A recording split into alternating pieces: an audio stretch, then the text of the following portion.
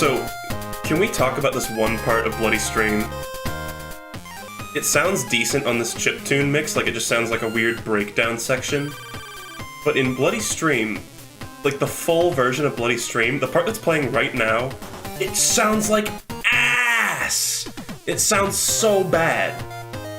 And like the rest of Bloody Stream is just an absolute bop, but just for 20 seconds it becomes a horrible song. Anyway.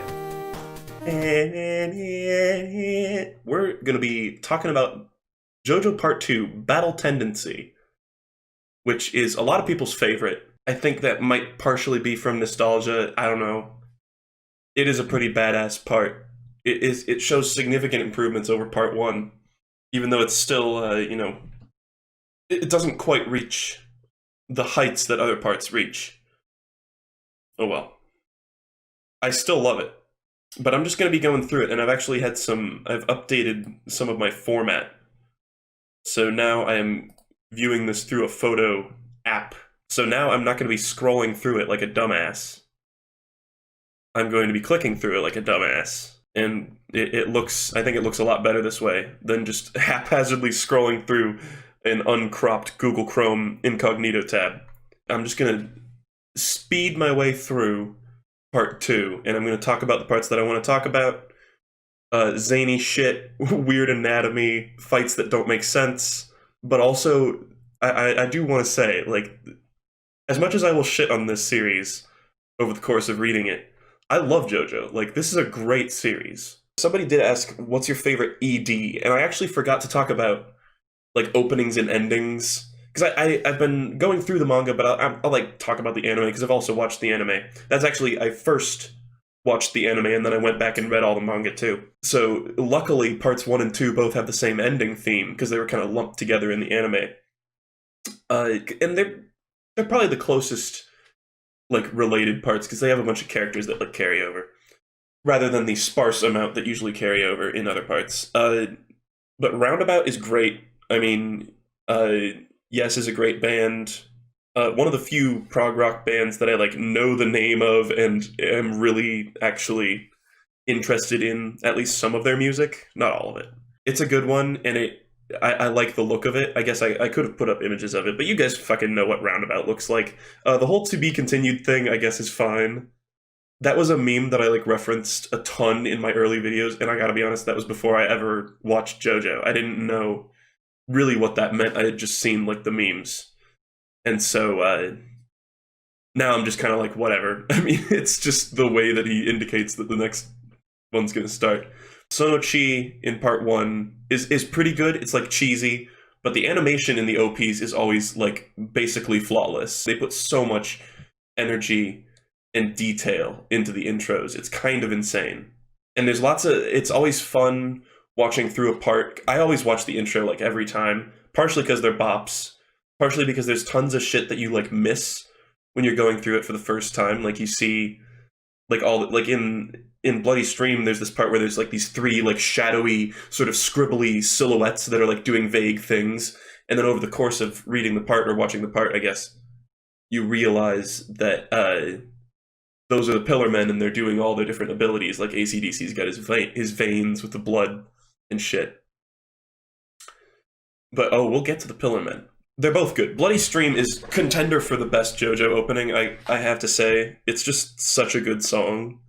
It's so catchy, and it really goes with the sort of feel of Part 2, I think.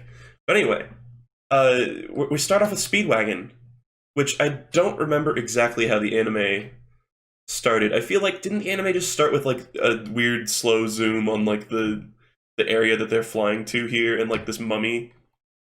Actually, I think this mummy and like the designs around it were used in the credits in Roundabout. So yeah, we start off with fucking Speedwagon, and I remember the first time I watched JoJo, I was like, is Speedwagon ever gonna do anything? I think I tweeted out about it, and I was like, does Speedwagon ever do anything besides just yell from the sidelines? And somebody was like, he becomes an oil baron. Which I guess he does. And also, okay, I swear I'm not going to be going this slow the whole time, but I guess I want to clarify to people who are like reading along, I mean, as much as you could while I'm skimming through this. Almost goes without saying, but it's manga, so it reads from right to left. So that might be a little confusing to people who aren't familiar with reading that way. It takes a little bit of getting used to, but it's honestly not as confusing as it sounds once you get the hang of it. Anyway, this is the part. So this part has a time jump. It's like 50 years after the first one, or 49. Sorry, shit, 49 years after the death of Jonathan Joestar, and fucking Straits is here. That character that like barely mattered in part 1. He's gonna be like the introductory fight of part 2. There's the first drawing of Joseph Joestar next to a human-sized bottle of Coca-Cola. I'm surprised they never brought that up again. So this whole scene with Smokey, oh god. I'm not sure how to feel about Smokey Brown, to be honest. I'm not positive. Because it feels like, when you first see him, you're like, okay, this kid's name is Smokey Brown. In his first scene, he's stealing a wallet. And then there's some disgusting shit. They start off with the gore pretty fast in part 2. I think they kind of toned this down in the anime, honestly. But yeah, Joseph Joestar, we get a little introduction to him. I love the whole idea. I guess, does he know about Hamon at this point? I don't think he does. But he's definitely using Hamon. Like, the electricity is crackling. I mean, how else did he do this? This is clearly a Hamon trick. I want to examine, actually, how this happens. Araki does this a few times, but I love the whole thing where it's like a character has an ability that later on in life they'll like come to realize, but even before they were able to like instinctively use it. I don't know why that gets me off so much, but he sort of has that with Joseph here with the Hamon. He's using Hamon even though he doesn't really know what it is. Anyway, yeah, Joseph beats up the cops. There's always a fight at the very beginning of a part where it's just like literally just some random goon. This is still during Araki's beefcake phase too. These drawings are pretty awesome, but it is pretty distracting, like just how fucking massive he is. And also, I'd like to point out, this is akin to Jonathan liking to swing frogs around tied to a string. Casually, Joseph's like, I'd love to flip those skirts. It's a bit weird. I know he's not supposed to be like a flawless character, but it's a bit weird. Oh yeah, he does call Smokey Sticky Fingers. Does he do that in the manga? Oh yeah, he totally does. He does that in the dub too, the English dub. He says, hey, Sticky Fingers. Which may very well be a reference, I don't know. Actually, I don't know, it's a translation, so it's hard to say. I guess this is the like title card. It's just this picture of Joestar. Joestar Joseph Joestar, as he says. Being a massive hunk of a man. So we got Speedwagon and Straits. Straits, this took me ages to like figure out because I didn't even really care. But Straits is like, he's tempted by the power. Because when I first watched part 2, I didn't even realize Straits was like a character in part 1. I completely had forgotten already about the very minor character of Straits in the first part. And I was like, okay, who the fuck is this guy? Why is he killing Speedwagon? What the fuck? But he's like being tempted by the power of the stone masks. And he wants to become immortal like Dio. Because he's a Hamon trainer, so he's like... Speedwagon comments on how little he's aged over time, but he's still aging. And so Straits sees this and he's like, well, time to betray everyone. The fuck? Oh, right, this is the plane hijack scene. This is where he's reading fucking Superman, yeah. I think this was changed to, like, Bow or some shit. It was, like, some Araki deep cut in the anime, which is kind of funny. But yeah, he gets beaten up. He's like, oh no, I'm not mad because you hit me with the butt of your gun. I'm mad because you made me get blood on my shirt that Irina got for me, which is kind of a goofy character motivation, but at least he stays true to it. And I guess this is kind of showing off how unconventional Joseph is. Like, even though he looks a ton like Jonathan, and I think that was an intentional decision by Araki, he goes for the pilot rather than the kidnappers, and he just crashes the plane and saves everybody that he likes, and everyone else can just fuck off.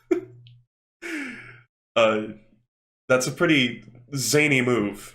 And it kind of foolish, but it gets his character across. He's super hot-headed and over the fucking top. Which I think is good. Like, I think it's good that he started to, like, this is why this part is so beloved, is because he started to embrace the sheer ridiculousness. Like, I think part 1 feels a little held back compared to this. But Straits literally, like, sees this shit and, like, 2 seconds later is like, okay, by the way, I killed everyone else here. He's like, I'm gonna kill you too to motivate Jonathan, or Joseph to come after me. Also, Speedwagon's fucking head gets split open. I feel like that would just instantly kill you, right? Like, even if you got those Speedwagon dollars. Oh, this is a good picture. Holy shit. This is amazing. This is like a TF2 picture. Everybody in JoJo plays TF2. Is 38 supposed to be the year this takes place? Fuck, I'm gonna embarrass myself by not knowing history. Because there's, like, Nazis. I think it elaborates what exact year it is later on. So yada yada, there's just a random douchebag. Literal, just, like, random people are the ones that Joseph beats up on in the beginning of this. He implies that Irina and Speedwagon were fucking, which is kind of weird, but it's a segue into sort of explaining the backstory. This fucking guy, holy shit. Oh my god, I forgot how fucking deformed this man is. Even the people at his table are like, ugh. Like, what is that? Araki, no, you can't just gloss over this. Explain his fucking head. What's he got on his fucking head? Why has he got goblin teeth? But yeah, this guy's hella racist, and he's like, I hate this black kid, he stinks. Get him out of here. And then Joseph is like, fucking, ah! That's his response to racism. And then this, oh my god, this is the start of something magical, which is, like, as dumb as some of the early fights in this part are, the whole, like, your next line is thing is fucking hilarious. So he's like Sherlock Holmes, like, he predicts his enemy's moves, and he's like, you've got your brass knuckles in your pocket. You're not looking in the right pocket, because if you're looking for your brass knuckles, they're in your right pocket. He's like, how did you even fucking know that? And he goes through this whole, like, Sherlock Holmes shit. And then he says, now you're gonna say, so what's your point, you piece of shit? And he's like, what's your point, you piece of shit? Look at him, he's fucking deformed. So this part makes no sense. I said early fights in part 2 are just dumb sometimes, and this is a prime example. What the fuck happens here? So let's go through this frame by frame. He punches Joseph. There's clearly contact made. Joseph is, like, reeling in despair. There's blood that goes everywhere. There's clearly blood. Even if this is, like, you know, it's the colored manga, like, what was that a splatter of? Like, chocolate syrup? He punches him a ton of times. There's more blood, alright? Clearly punching him in the face. And he's like, I got you. And then he's like, what did you think you're punching? Even with that primitive single-cell blah blah blah blah, you were punching the coat rack that was behind me. It's like, wait, what the fuck actually just happened? I don't fucking understand what happened. Like, does Jonathan have, like, illusion powers? I seriously don't get it. Like, what did he do? People saying Hermit Purple or Hamon. Hamon doesn't have illusory powers. And I don't think Hermit Purple really does either. It does, like, spirit photos and shit. I guess it can, like, manipulate things, kind of. But Araki did not know that stands existed when he was writing part 2. Let's keep it absolutely real here. It allows him to see shit he shouldn't, but that doesn't explain, like, is this guy just a fucking, I mean, I would be willing to believe this guy's just a fucking idiot. Who just, like, literally just punched a coat rack. But they pretend that it's, like, a trick. Like, somehow he did, like, the shadow clone, or, like, the replacement jutsu from Naruto, and replaced himself with the coat rack. Somebody says he didn't have Hermit Purple at the time. Now, actually, I don't want to get too far ahead of ourselves, but Araki, I think, has officially stated that if the characters from part 3 went back to part 2, they would be able to see Hermit Purple, like, coming out of Joseph. Which I think is kind of cool. But I don't think that means that he was planning to do stands during this part. He put all of his clothes on the coat rack. That's another good theory, but we can actually see, like, we see his ear and, like, his hands and his flesh here. It's clearly Joseph. Like, very clearly, I don't know. What the fuck are you smoking, Araki? Then you got this guy with, like, one hair going like, oh, Oh yeah, and everybody claps. Everybody claps in the restaurant. Araki destroys racism. So basically, this guy comes in and is like, "Oh yeah, Speedwagon got destroyed." I didn't even read what the fuck was Straitso's motivation for killing Speedwagon to like lure Joseph in. I don't know. I don't remember the exact ins and outs of it. But then he punches him anyway because he's like, "You made Arena upset." Yeah. Yeah, Smokey kind of takes on the new like Speedwagon role, but then he's not in the part for a lot of it. But for what parts he is in, he kind of commentates. Look at this. Look at this. Hold on. If you take this out of context, this looks like somebody just like it's Speedwagon's diary or whatever, or like a letter from Speedwagon. But if you just look at this frame on its own, it's just fucking somebody reading a book and learning that Speedwagon is the ultimate life form. What the fuck? It was him all along. So I guess this is teasing for Cars, even though this is Santana, a different guy, or San Viento, as they called him in the anime, which is in retrospect kind of dumb. They could have just called him Santana. Is that a literal, like, A-Lamau? Look at that. That's not a vampire, that's an A-Lamau. What's with its eyes? It's totally an A-Lamau.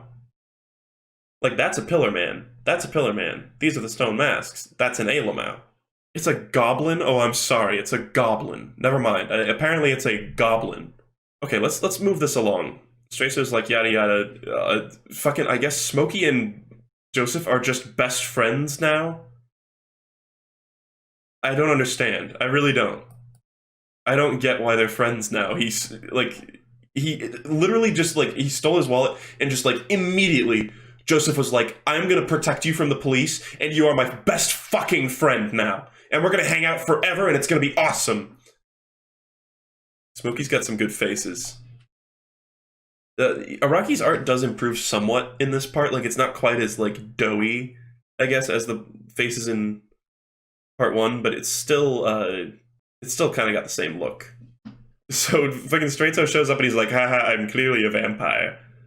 And then we get a fucking legendary moment where he fucking just pulls out a Tommy gun and just shoots the shit out of him. Oh, what a great sequence. This was actually, I mean, it's a great panel. This is just amazingly drawn, but for the most part, I mean, it's kind of a derpy expression, but whatever. It was really well done in the anime, too. Just conveying the sheer insanity of it. No, Santana was Stroheim's nickname. We don't know, we don't ever get to figure out what his original name was. Even though Cars refers to him as Santana, I think that's just an inaccuracy, because in the translation it was just changed to San Viento, and the words San Viento are never mentioned in the original. Oh yeah, there's this whole recurring theme of, like, the Joestar men die young, even though there's, like, 2 examples already. That's really it. And that's not counting Joseph, that's Jonathan and George. Look at this, oh my god, look at this fucking leg. This is some, like, part 1 anatomy. It's like, so many people, I'm not even sure what this is. What is this? There's like a weird bulbous mass where his legs should be. And then his other legs going like, out of his fucking, like, the side of him. I guess, yeah, there was Joseph's dad in the war, too. Fuck.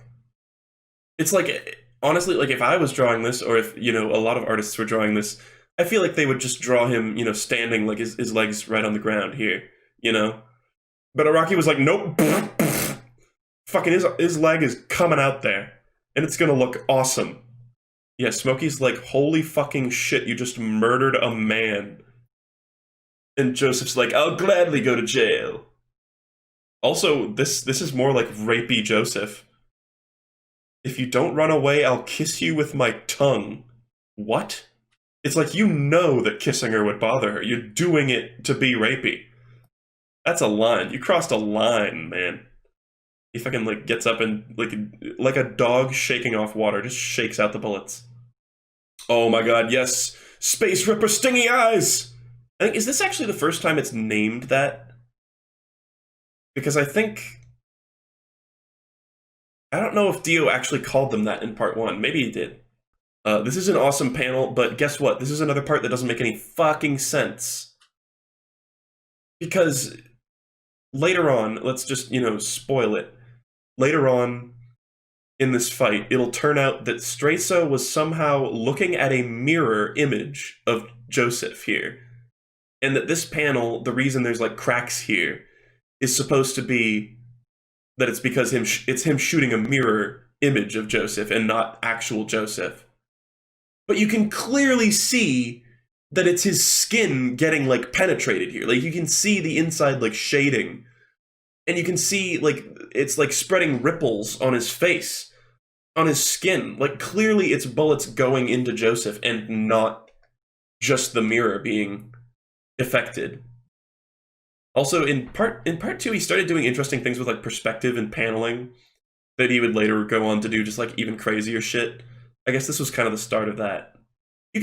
I mean, the coloration does add to it, but the black and white, like the inked lines are definitely there. For sure. Like those are definitely there. There are definitely ripples like showing that this had an impact. Like his hair parts. Look at his hair. It parts for the bullet. Like, you can say, you know, he was always acting surprised, but he's not acting like he's getting shot in the fucking head.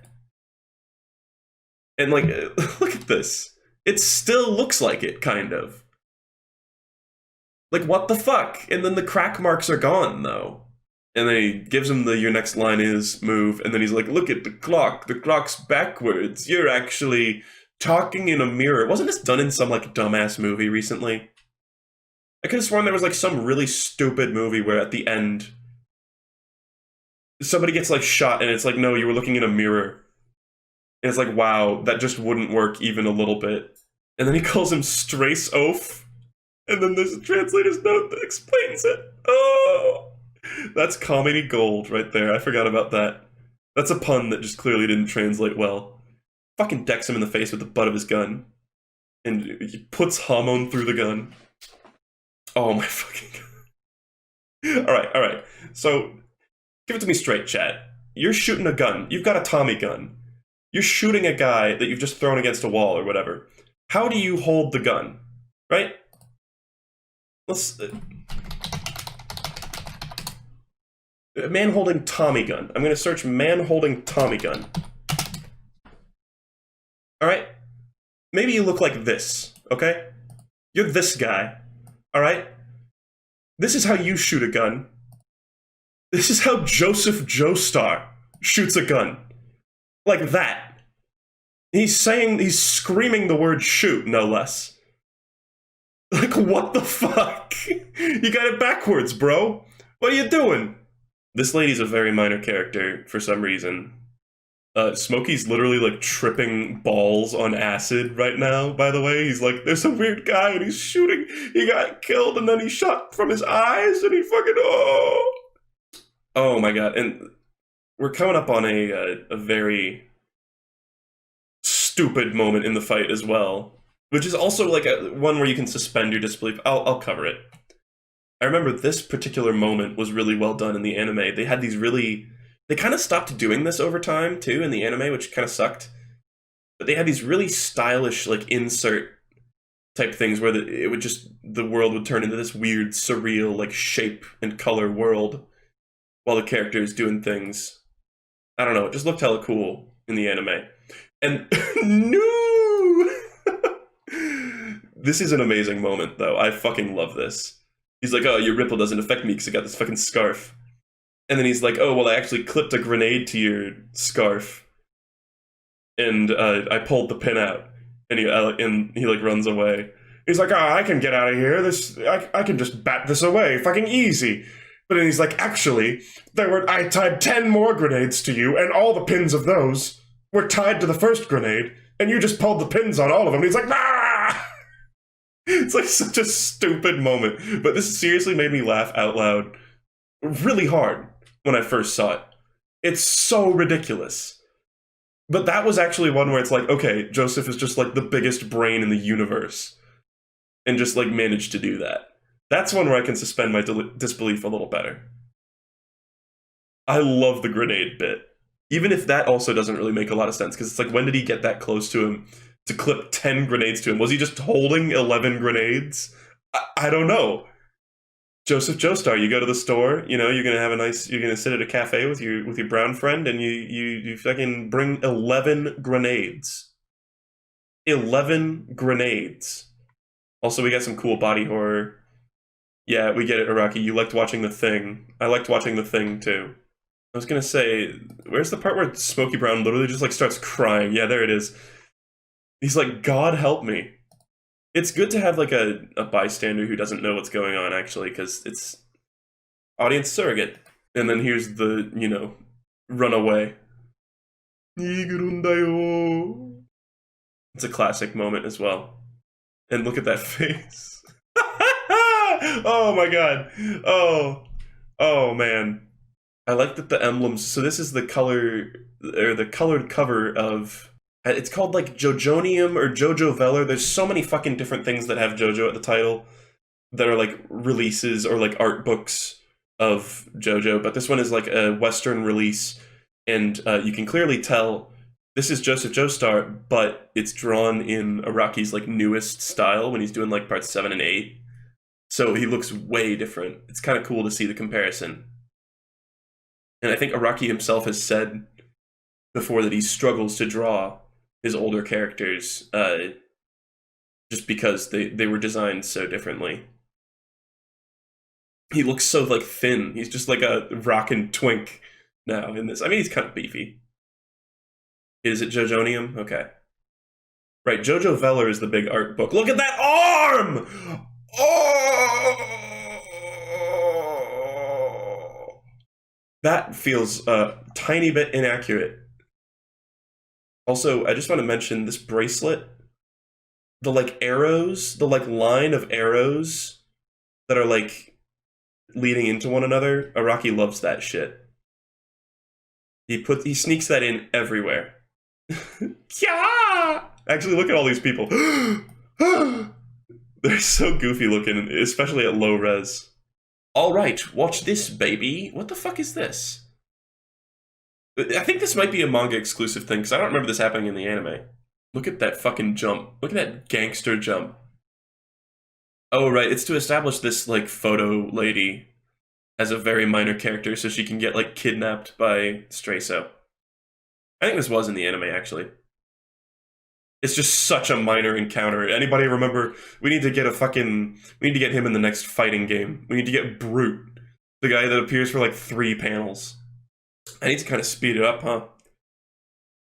So he fucking like casually yanks out. Like, I feel like I'm gonna be going slower through these later parts because there's just so much insane shit happening at once that this is gonna be my face the whole fucking time, rereading all this shit. He casually sticks his fingers in her mouth and just yanks out a tooth. Like Charlie Day style. Which is kind of badass, I'm not gonna lie, in like an evil, you know, villainous way. That's like a fucked up thing to do to someone because that like hurts like shit.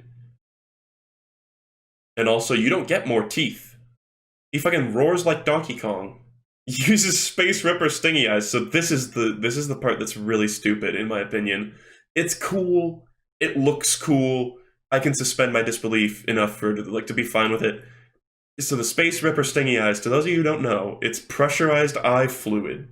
It's not a laser, so it's not like a refraction of light in a glass is going to do anything to it. It's literally just high pressure fluid, which we saw break through a mirror earlier, which I know it's implying here that it's like he holds up the shot glasses and he just holds them at the exact right space to like make it curve along the like curvature of the glass. But that makes no sense. It's a fucking shot glass. Like that doesn't work. Like this, I think things like this work better later on with stands because stand abilities are they're like magical absolute powers. Whereas this, it's just like, he's just using a fucking shot glass. I guess he is using Hamon, but does that... I don't know. I don't know if that explains it for me. I don't know if that's enough. It was easy since I knew you'd go for my forehead. Like, that I can buy. Because he shot for the same place. Both times. I guess this works.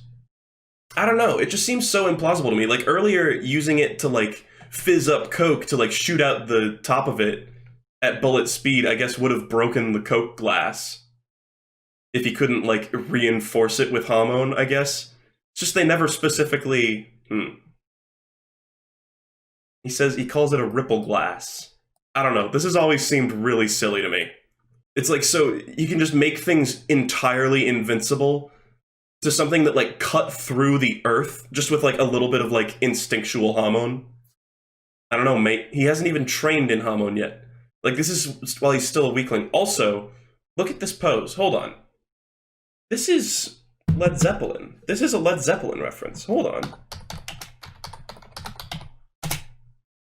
I don't know, any Led Zeppelin fans out there know what I'm talking about? Look at this shit. I don't know, it's kind of a stretch. It looks pretty similar, actually. Like, his arms, it's kind of been, like, JoJo-ified. I don't know. I guess I wouldn't be surprised if that was a reference, but maybe not. Maybe not. Maybe I'm just tripping. Anyway. I guess I forgot that he used a little bit of, like, instinctual Hamon again there.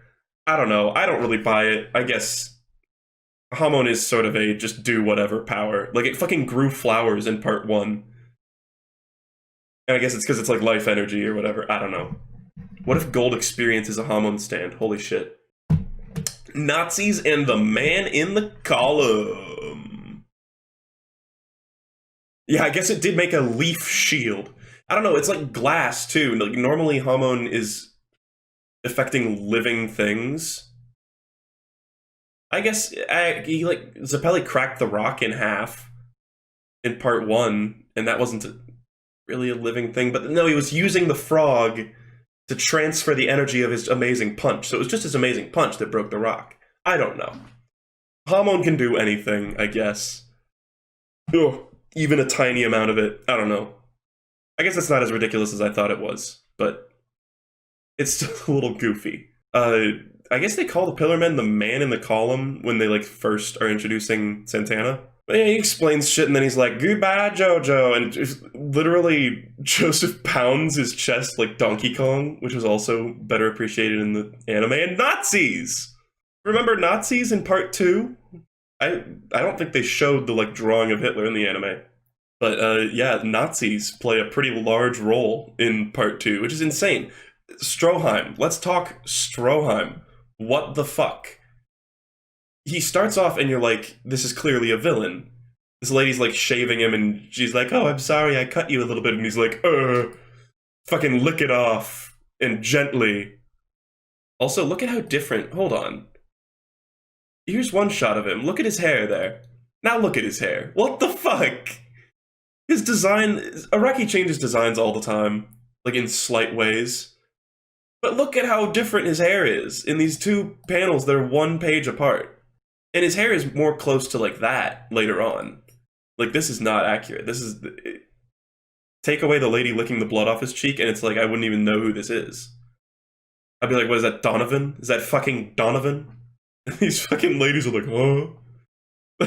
Their necks are so long. Actually, what the fuck is up with their necks? Look at these ladies' fucking necks. A rare example of a dog that survives, I'm pretty sure, is in this, is like Stroheim's dog, I guess. He fucking throws a chicken wing too. And he's like, oh, I might cut off your tongue. Oh, I'm an evil German guy. I love the editor's notes. They're so, like, obvious. I don't know. I guess it's fine. They're, you know, translators are doing some of the finest work in the world. Just bringing the world together. So how could I criticize? If they do a shitty job, I guess that's how I criticize. Fucking, here's an interesting bit. Is this lady, like, has all her wits about her. She's kind of just like, oh, you know, I'm in shock. I'm gonna punch you, Joseph, because you called me a floozy or whatever. An ugly bitch, rather. And then, doesn't he say, like, oh yeah, you finally feel the pain you were distracted from. So she just, like, all of a sudden was like, oh right, I got my fucking tooth pulled out. Wow, look at this beefy Stroheim. And this is sort of showing... I think one of the things that Araki does the best in his, like, fights is he always has the characters, like, moving from location to location, which I know happens in other comics and, like, anime and manga and shit. But here he's kind of, like, foreshadowing with these, like, smattering of panels here. I guess this one's just, like, glitter, but he's showing the places where the fights will occur later on, especially this. There's Stroheim's hair again, and I guess it's back to normal. You see it briefly when his fucking hat flies off. This is a weird straitjacket. It almost feels like this straitjacket is like designed by the same people who like made the Pillar Man shit. Some sort of Hirohiko Araki, I don't know. I don't know how they got this massive stone with Santana in it into here. I guess Nazi technology. German engineering is the finest in the world. Or whatever. They're gonna torture Speedwagon, they're gonna get information out of him. Yada yada. German medical science is best in the world. That's also kind of a meme. Speedwagon is genuinely hilarious. Partially just the sort of like nervous laughter that you get from a bombastic Nazi being a main character. He kind of does have a Diego Brando thigh going on here. But he's just so goofy and so extremely like evil. Like here he's like, oh, we need a person to feed to the Pillar Man. And he does like a distinctly incredibly cruel thing where he's like, oh, there's all these people in the cell, we only need one, and the rest of you get to go free. And then this one kid's like, I'll do it, I'll sacrifice myself. And he's like, oh, you have good blood, kill everyone except him. It's like, what a douche. Oh my god. Fucking, this is one of those panels that you turn the page, and you fucking, you get like flung across the room with how good it is. Holy shit. This is awesome. I forgot about this panel. This might be one of the best in at least part 2. Araki seems to love, like, drawing accurate vehicles, which is, you know, I'm fine with that, because it looks awesome. Joseph is such a fucking badass. Wow. And he's, like, screeting over a fucking cactus. That is a really sick panel. And I love when he just goes all out and he's just like, you know what, this is 2 pages. Like, if you were reading this in a book, this would have like the seam of the binding of the book would be right here. This is a 2-page panel. Looks fucking awesome. Yeah, we are approaching Tequila Joseph. He drank horse water. Oh my god, it's like how I got Giardia in the desert in fucking New Mexico for Camp Philmont. Oh my god. Oh my god. Extras in the early parts, like parts 1, 2, and 3, are just so gross looking. They feel racist. Like, these are like, they're wearing sombreros. Like, what the fuck? What the fuck is this? He breaks, I don't remember this. He like breaks the glass in his lens and like fucks up the guy's hand with it, or oh, he pierced a bunch of flies with it. That's a thing that Araki likes to do, is demonstrate somebody's like finesse or like throwing ability or shooting ability by having them kill a fly really accurately. I think he does that like 2 more times in the series. I don't think those guys were in the anime either. Yeah, they were really Oingo Boingo looking. I mean, let's not even talk about the fucking construction workers in part 3 in the Whole Horse and Boingo chapters. Holy fucking shit. So they're waking up Stroheim. I'm gonna kind of skip over some of this. They're waking up Santana. Stroheim is well awake.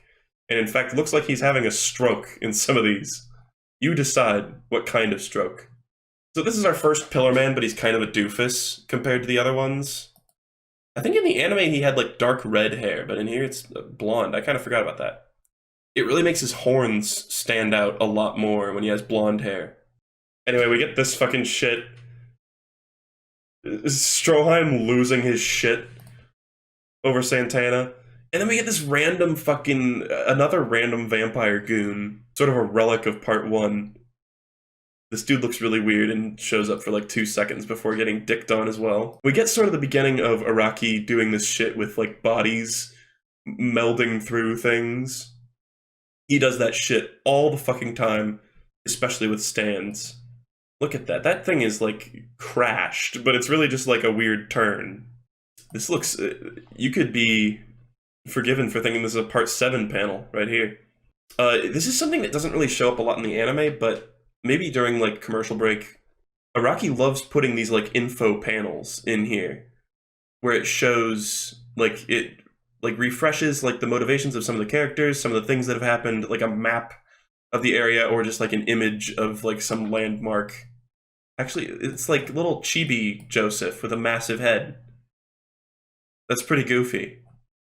There's a chapter, it's like a chapter cover or something in part 4 that shows all of the main characters of the part, or like all the main good guys or whatever, drawn in the same way that he draws Koichi, as little like gremlin people, which is hilarious. It looks awful. So this is another really weird fight. Donovan, who the fuck remembers Donovan, except I guess that one guy in the chat? He's weird as shit. He like comes out of Joseph's cloak in midair. He looks kind of cool. He kind of looks like Rubber Soul from part 3 a little bit. But with like the markings of a woodpecker on his face, I don't fucking know. Kind of a cool like ninja fight, I guess. But also kind of stupid. Really, I want to focus on something near the end. This is a cooler fight than some of the other ones. He like fucks him up with some like mind japery and explodes a cactus in his face. Oh my god, Yo, okay, shout out to anybody reading part 8. If this was part 8, we definitely would have had like a little circle close-up panel, like right here, of his eye, like a close-up of his eye getting like stuck by cactus needles. Here they like distinctly avoid his eyes. But this shit right here, I don't know if they put this in the anime either. This is really incomprehensible to me. I don't understand what's happening here. Donovan's like, I'll never talk. I'll never give out my informations. And Joseph's like, I can be pretty cool to people who have strange pride. And then he sticks his compass in his eye? I don't know how that's torture. Like, is it they don't show any motion. They just show him, like, grinning. And then it's just all of a sudden Donovan, like, in ambiguous pain.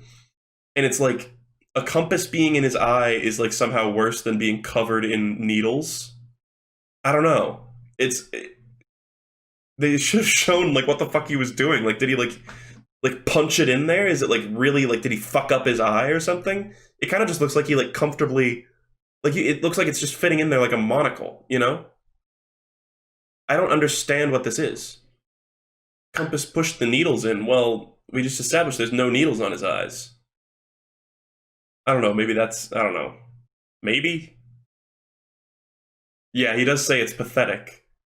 But it's, like, not even really torture. I don't know. I don't know. Maybe he really fucked up his eye. I don't think we ever see Donovan again, so be on the lookout to see if Donovan shows up again. Oh, okay, that was the end of volume 1. Wow, we're only like a fifth of the way done. Oh, how many? It's been nearly an hour. Oh, get a meme. Get a meme in there. We gotta get a meme pertinent to the early part. Hold on.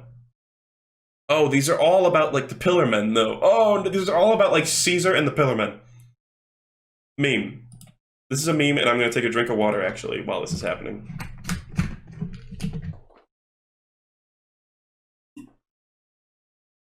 Ooh, yeah. Oh, that was a delicious, refreshing drink of water. Hold on, I'm just closing some tabs here. By the way, the chip tune at the beginning of this stream is by Emily Music, who only has 11.7k subscribers, and that's ridiculous. They do really good chiptune covers. That's what we call a shout-out. You know what else is a shout-out?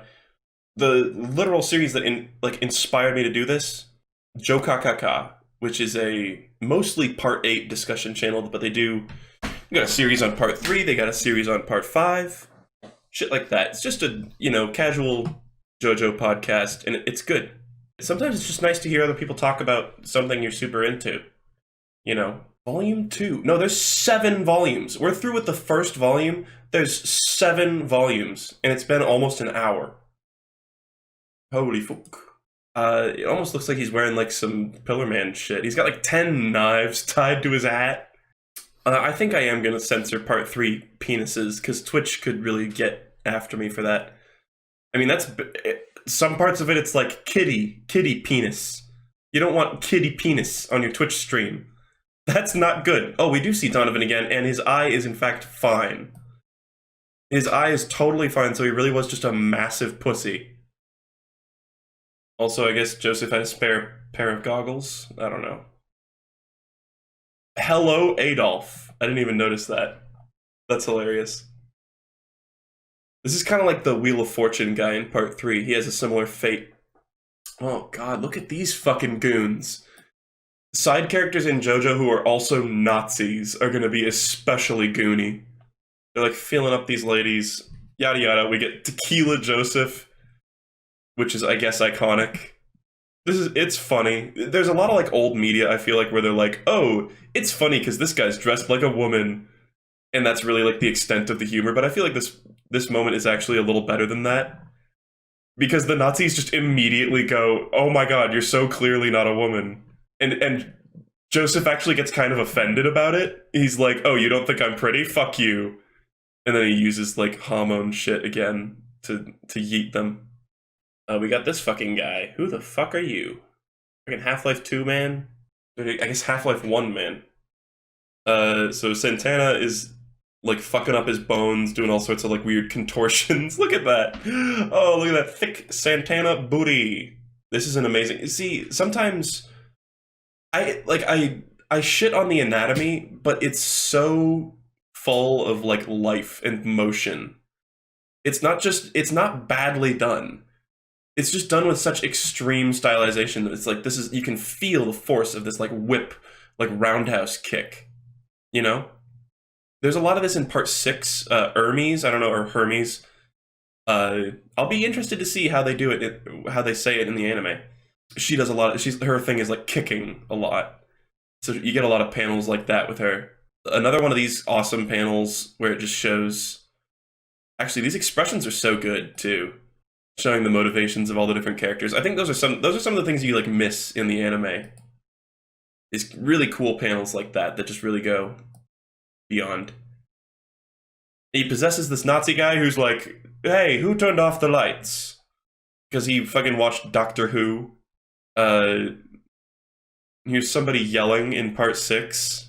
That's what they look like, and part 7, honestly. This is a pretty grody fight, actually. He like possesses this guy's body and like fucks it up. We can kind of skip past part of this, though.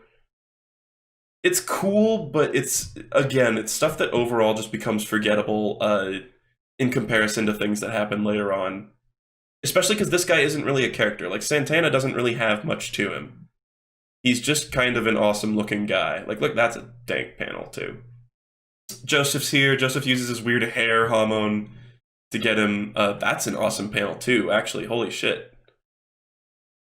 I wonder, in these early ones, I feel like there's very limited use of digital effects, so I feel like that must have been a practical, like, just, like, drawing technique, which I'm not sure how he accomplished that, honestly. This is another cool one. Some of these are pretty over-designed, honestly. Like, what the fuck is that hat?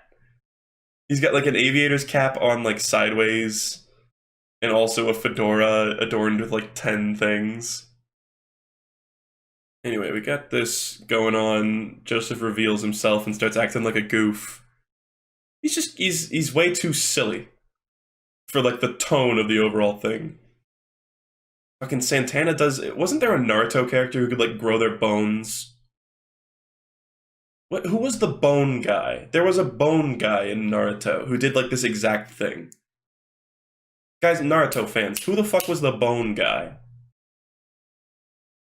Kimimaro? That was actually kind of an awesome fight. Or no, it was him versus Rock Lee, I think. I don't actually remember. He was cool, though. Yeah, it was Rock Lee. Sorry, we're deviating to other... I swear I'm not a weeb. Naruto is like one of the very few other anime that I actually know a little bit about, because I watched it when I was young. So yeah, the rib attack... A lot of early JoJo, like... People say that abilities come and go out of nowhere in, like, stand fights, but that's nothing compared to these early parts. Why is he saying Fire Flower? Wait, is that a Mario reference? I don't know why he just said Fire Flower. What the fuck was that? Okay, he starts fucking with Stroheim, Buffy the Vampire Slayer style. Stroheim really, like, survives some, like, hardcore shit in this part. Honestly, they could have killed him off and it would have been like an emotional, like resonant moment, but I don't know what they did with that. They just kind of are like, yep, and then he left. Another cool panel. This is something they kind of did in the anime. They used this sort of like square, rectangle, radius thing We got a, premise of this fight is basically Santana's super powerful. Joseph has hormones, so he can kind of survive, unlike other people. In fact, so he does know about hormone here, actually. I think I was incorrect on that. I'd like to apologize. He knows what Ripple is. Because he called it a Ripple glass earlier, too. I don't know where, he must have just heard about it from Irina or something. Cool pose. Then we got this awesome part, the climb up the stairs where Stroheim turns around. This is the part where everybody's like, holy shit, Stroheim's actually a badass. Because Santana uses his meat invade. Let's just put that phrase in your memory banks and store it there forever. Meat invade. And then Stroheim like jumps forward and he's like, no, I'm gonna open the door and we're gonna kill him with the sunlight. But then Santana grabs onto his leg too, and Stroheim's like, JoJo, you need to cut off my leg with an axe on the wall. And this part was done really awesomely in the anime too. Stroheim's theme, a lot of the music in the anime is great. Yeah, he chops off his fucking leg, and Stroheim just sort of like badasses his way through it. Which is such a confusing moment when you're first watching it, because you're like, man, I don't know how to feel. I'm really sighing from the bottom of my heart that he's about to be destroyed. Oh yeah, and then he slurps up into Stroheim's body, and then Stroheim does something even more badass. He uses the TF2 Ulapool Caber to destroy himself. Yet another TF2 reference. He says fire flower because he doesn't know the word sun. And JoJo hurt him like the sun. I guess? Maybe. Oh yeah, and then right as he's about to die, he's like, by the way, there's 3 more Pillar Men, okay, bye, boom, and he dies. And Joseph's like, wait, what? There's 3 more Pillar Men? Fuck! And also Santana's still alive. And we got this cool shit in the well. This actually does kind of make sense. He's like, you didn't realize it's noon, so the sun is shining directly down this well, so the reflection off the water is gonna hit you. So you're gonna get like double fried by the sun. Okay, so Santana gets turned into stone. And I guess he doesn't actually die. He just gets put into like stasis. But he never comes back again. Snakes don't like light and quickly head for the shade created by Santana's stone body. But then they like stick to him. Gross. Even dust is alive. If we put him in darkness, his body will start to reassemble. And he will come back to life. That is insane! Stone is a life form, how can it be killed? Oh, and this is cool. See, there's so many of this. I love that it's like the food chain. It's not like relationships between characters. It shows like photosynthesis, sunlight, humans, vampires, pillar men. That's honestly so awesome. I love the little info panels. And then we get our first glimpse of the pillar men, which they don't really look that much like the pillar men that we see. Like, their faces really aren't that similar. They're a lot more ghoulish in this one. Alright, they're going to Rome, which Part 5 fans rise up. Because the next few bits of Battle Tendency are taking part in Italy. He has fucking Nero and? Okay. I thought it was just called Spaghetti Nero or whatever. But he has black spaghetti. He's like, who the fuck is this douche? Then we have this amazing interaction. This was so good in the anime, and it's so good in the manga. The fucking spaghetti fight, where he makes his spaghetti noodles all erect, and he like fucking he like shoots them at him, and he fucking, without even looking, while he's making out with a girl, Caesar takes 3 loops of like pasta and catches the spaghetti noodles, turns them around and shoots them back, and he catches them in his wine glass and then slurps up the noodles. What a fucking insane interaction. We got Caesar, and I guess he has the exact same hat as Zeppeli in the first part. I forgot about that. So yeah, Caesar, the first, like, true JoBro. Because in part 1, it's like, you can't really decide. Is it Speedwagon or is it Zeppeli? You can't really tell, but in here it's like, it's clearly Caesar. Caesar is the definitive JoBro, part 2. We got this weird encounter where they're like, they hate each other. And he kind of explains his lineage. This is kind of cool. I don't think we ever actually got to see a drawing of these guys. Right, we get to see this guy later on. That's Mario, right? But this guy we only saw when he had the mask on. And Caesar's like, you're fucking feeble, bro. We're not going to team up with him, because I guess Caesar was going to help out Joseph. That's also something that just kind of comes out of nowhere. They're like, oh, by the way, there's this guy who can help Joseph. We're going to do that. Someone in chat says they're still thinking about Meat Invade. Yeah, don't worry. Look at him gritting his teeth. So this is kind of a derpy drawing of Caesar. This looks like part 3 Avdol. Or like early part 3 Avdol. I realize Avdol is basically only in part 3. But yeah, we got the bubble attacks, which I guess this is kind of a proto-Gappy from part 8, almost. We got this weird fucking interaction where another weird part 2 thing, where he puts a bird in this girl's mouth somehow. And the girl, like, is just fine with it, I guess. And then the bird comes out and it, like, goes into Caesar's mouth. Because Ripple can just do anything. Hamon is just invincible. It just does whatever you want it to. This is Wamu, I guess. This is a weird drawing. Why did we see that? Wait, what? Why are they showing us this? Because they haven't awakened yet. This is a fucking amazing... Look at his arms! Oh my god. Anyway, we got fucking, like, Nazis in, like, the hell tunnel under the Colosseum. Actually, shit! That's kind of crazy. The ruins for the Pillarmen are directly underneath the Colosseum. Is that real? So, like, part 5 was almost like a callback to this. Almost. I mean, they really didn't mention part 2 at all in part 5, but kind of. I didn't even, like, remember that was where this was. Okay, so now we got the Pillarmen with their actual designs. Maybe they weren't finalized earlier. Who the fuck is this guy? Oh, we Nazis! So this is how the Pillarmen, like, wake up. Basically everybody just gets fucking destroyed by the Pillarmen. Is this Wamu? I guess that's Wamu. He looks weird in his first panel. But he uses his fucking unicorn horn. And then he, like, ties all these people together. Look at that panel.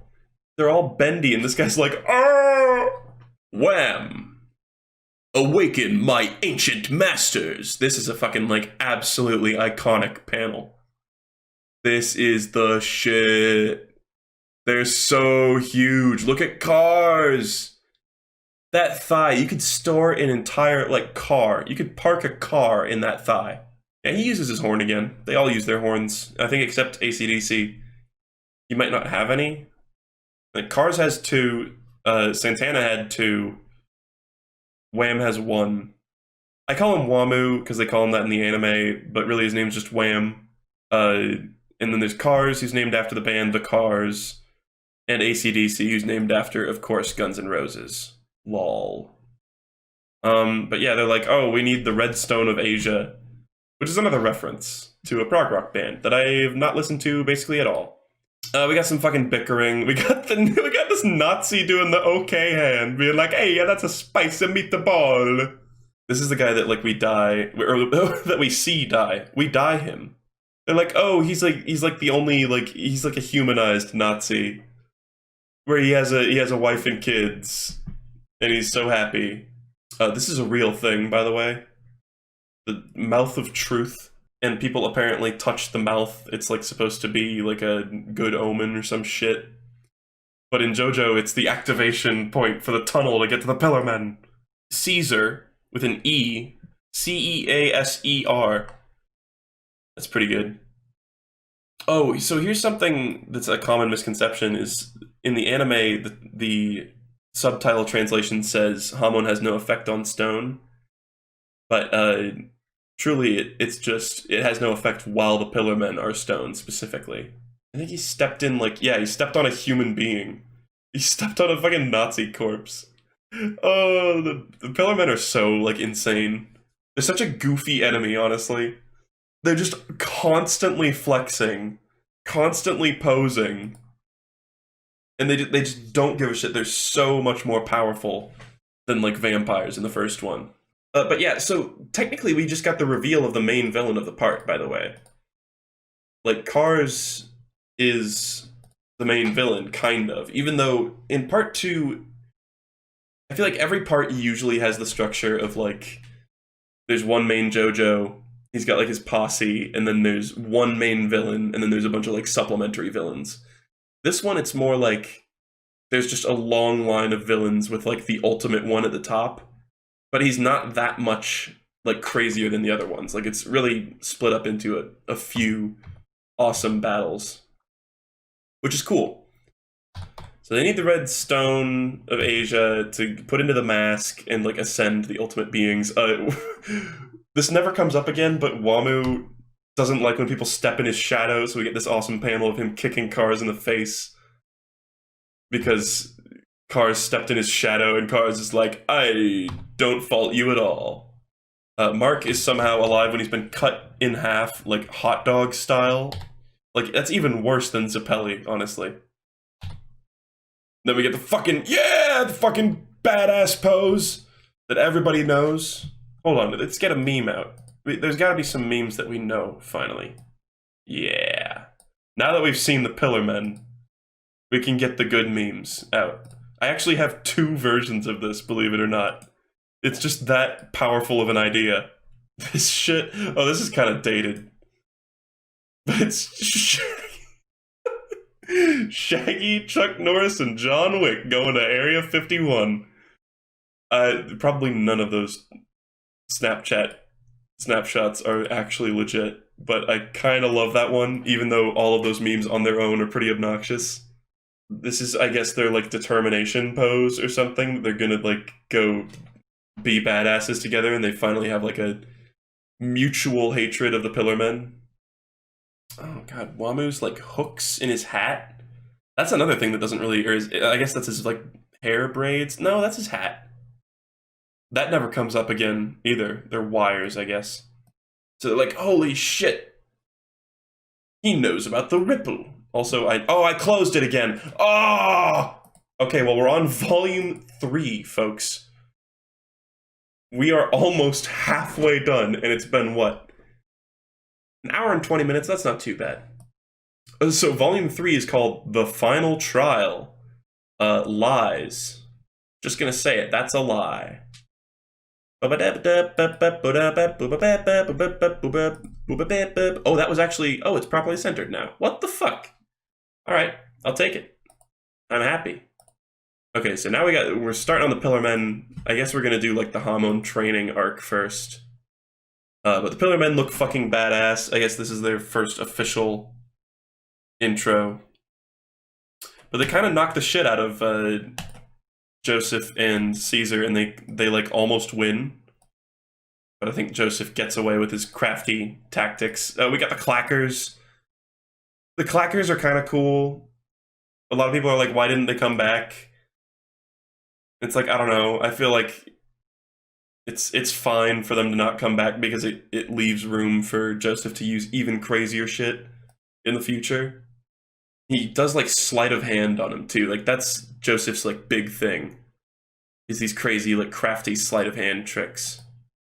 But yeah, he gets his fucking wrists slit. That's kind of a badass point, because Wamu's like, oh, you hit me, so I'll give you 1 minute to fight against me. Because you deserve it. And he's like, the cut on your wrist is a timer. You lose consciousness in a minute. Which is, pretty badass, and we kind of have a variation on that later with the rings, the wedding rings. We got fucking Wamu just going like, kind of good. We got his wind power. All right, it's wind time. That's another classic. These panels look fucking awesome. They're still a little janky. I mean, look at that fucking leg. But they're so, like, they show the, like, speed and the energy going on very well. Joseph runs away, but then this is the whole plot device where he tricks the Pillar Men. He, like, plays into their sense of pride. And they're like, oh, we're about to, like, stomp your ass. But, he's like, you know, it really sucks because in a month I would have been strong enough to whoop your ass. And AC/DC's kind of like, fucking, that's big talk for a little man. And Joseph's like, no, really, I would actually be able to do it if I had, like, proper training with Hamon. And then this shit happens where he fucking eats the stick of dynamite, or I guess this is AC/DC. Eats the stick of dynamite and then, like, Wario neutral bees that shit. That's pretty funny. But Wamu takes a liking to him, and he's like, I'll put this wedding ring of death on your fucking heart. And he's like, AC/DC, you want in on this? And he's like, yeah, I'll slam one around his fucking, like, trachea. And so he's got metal rings that are going to dissolve and put poison in him unless he gets the antidote from the Pillar Men, which is in their, like, lip and nose rings. Which is a pretty... that's a fine plot device. I don't know. It seems a little contrived, but it's good. It's good. They talk about Hamon. He's like, oh, we're gonna go train with my master. And then Lisa shows up, who Lisa is pretty badass. She's like sort of the classic, like, incredibly experienced trainer. Like, incredibly... she's also, you know, supposed to be like a hot babe, even though she's like 50 years old. But she looks youthful because of Hamon. But I like the way that they show her, like, her experience over Joseph, because Joseph's like barely, like, his feet are sticking in the water, and he's got like very like weak ripples, whereas Lisa has this massive fucking like spectroscope thing around her, and she's standing on her tippy toes on the very top of the water. It's cool. And then Joseph's like, I won't take orders from a woman. Oh, he gets this fucking breathing restriction mask put on him, which I would have a fucking like panic attack. It forces you to breathe in the proper rhythm or else you can't breathe at all. That's so fucked. I would hate that. And he wears it for like 2 months. It's insane.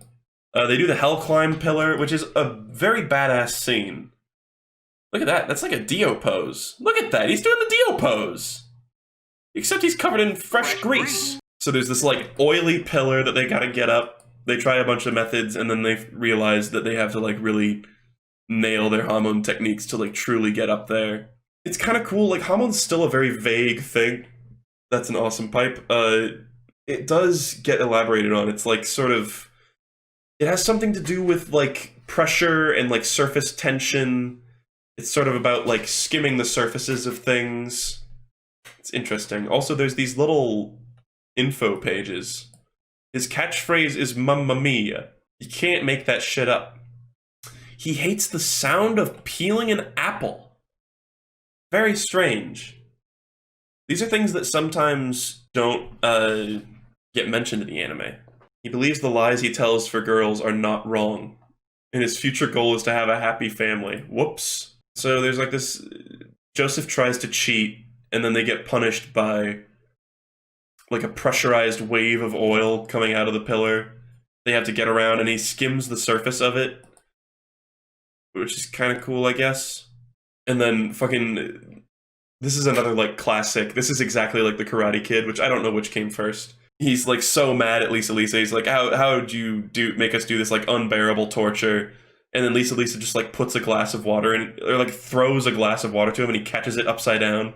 And just naturally, his Hamon is, like, so good that it just keeps the water in. And he's like, wow, you were actually teaching me amazing things. And then these guys, oh my god, Loggins and, what are their names? Loggins and something else. Messina, yeah. This is a pretty badass move. Like, Joseph is impressed that the water's, like, staying in the glass, but then they're like, check this shit out. And they fucking stick their finger in the water and remove the glass entirely. That's badass. I like that. That's a cool move. And basically, we don't get a lot of information on these guys, but they're basically just really cruel teachers. That's like, they're just supposed to be really mean. Take 10 breaths in 1 second, etc. Yada yada. They just do a bunch of like ridiculous training. I think this guy is manga exclusive too, the like mustard dude. I think Joseph, he's got like ridiculous hair, ridiculous pompadour, like even crazier than Josuke's. I think Joseph like sprays, yeah, he like sprays him with mustard. And this looks like some shit out of Oingo Boingo. The mustard serves no purpose, it's just to tick you off. Oh yeah, and then Lisa's like, I have the redstone of Asia. I'm keeping it in my tits. We get a little bit of... I like what little we glimpse of, like, Pillar Man society in the past. That shit is so cool. I just realized I've been wearing headphones this entire time, and I've literally been listening to nothing. I've just been listening to silence on my headphones. And I'm like, oh, my ears hurt. I can literally just take them off. They appeared 5,000 years ago, I'm like refreshing myself on this. It looks like they just like came out of like primordial ooze, which is weird because they're supposed to be like perfectly evolved, right? How are they perfectly evolved if they're like the first ones? That's not how evolution works. But yeah, they developed the stone mask, so this is sort of explaining the origins of the stone mask, which is kind of cool, I guess. And they're like, oh, we need to use the power of this stone, but he's like, but this stone sucks, it's a shitty, stupid, imperfect stone. And then Lisa's like, oh, we have a fucking amazing perfect stone, let me blow up the literal boat that we're literally standing on right literally now to demonstrate it. And then she's like, your final test will be with Messina or whatever, or Loggins. This was another severed arm that I missed originally in the video that I posted. But it's like, oh shit, it's AC/DC here instead. So now him and AC/DC are going to fight here rather than him and Loggins. And this is a pretty cool fight. I like the spike pit idea. I love how Joseph uses Hamon to like spring across the tops of them, but AC/DC just fucking sticks the spikes through his feet. That's so badass. But some really cool panels here. The whole thing where he pushes his finger through his hand and then he just closes his hand around the other hand. It's good shit. It's more just like weird Iraqi body horror, like early on. And we get some crazy shit. If you don't like seeing fingernail stuff, I would say back out now, because AC/DC has his fingernails come off. There's the severed arm that I missed. This is so extra, actually. Joseph uses Loggins' like dead hand, and he's like, Loggins, you'll have the first punch. I owe this one to my late assistant instructor. Which is kind of badass. Oh wow, yeah, we really blew through that. Holy shit, yes, we're finally going at a decent speed. Speed wagon. Alright, let's do a meme check. Get a meme check in here. We're at the AC/DC part. That's a good one. I like that one. There's this, I don't know, does anybody remember this? There was like a series of images that went kind of viral that were people reacting to some sort of like haunted house attraction, and this one is just that, but with part 2 characters. Pretty good. Honestly, ever since I got my first like actual copyright like takedown, like a strike against my channel for posting a JoJo song in that severed arm compilation, I'm kind of afraid to play JoJo music, especially opening themes, because it was Great Days that got me fucked up. I guess I actually used Bloody Stream in that video, so I could play it. I don't know. This is a podcast. I'm not going to put music in the podcast, even though plenty of podcasts have music. We got this great part where AC/DC fucking like loses his shit. We got several full-page panels of him crying, actually. Holy shit. Because he lost his arm, and he's like, my fucking arm! It's a pretty great moment, and then he's like, oh, I just needed to like let out my emotions. Then the gross like hand and fingernail shit starts happening. He pokes his fucking little gross veins out. And he's got like burning blood, too. Like, he has burning blood. Yeah, Caesar and Messina have a fight for like literally like a second. He like takes out his bubble launcher, they like have a brief exchange, and then he's like, oh, hold it! You burned off all my arm hair! You fucking piece of shit, you win! He just like can tell that he's gonna lose, and Caesar's like, yeah, whatever. I'm just worried about JoJo. Joseph finally gets his mask removed, which I guess he had it for a long time, like timeline-wise, but not in terms of actual, like, the amount of time we see him.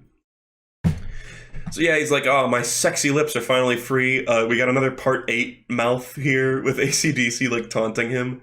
Then we got the like, sleight of hand, like, rope tricks, which I think are awesome. That's some more shit where I'm like, okay, I'm willing to believe that he's just incredibly big-brained. And he used the wool from his hat. But then AC/DC's like, I figured out your trap. You already have a trap, so I laid a preemptive trap to trap your trap. And then Joseph's like, fucking, that was all part of my trap. You fell for it, you fool.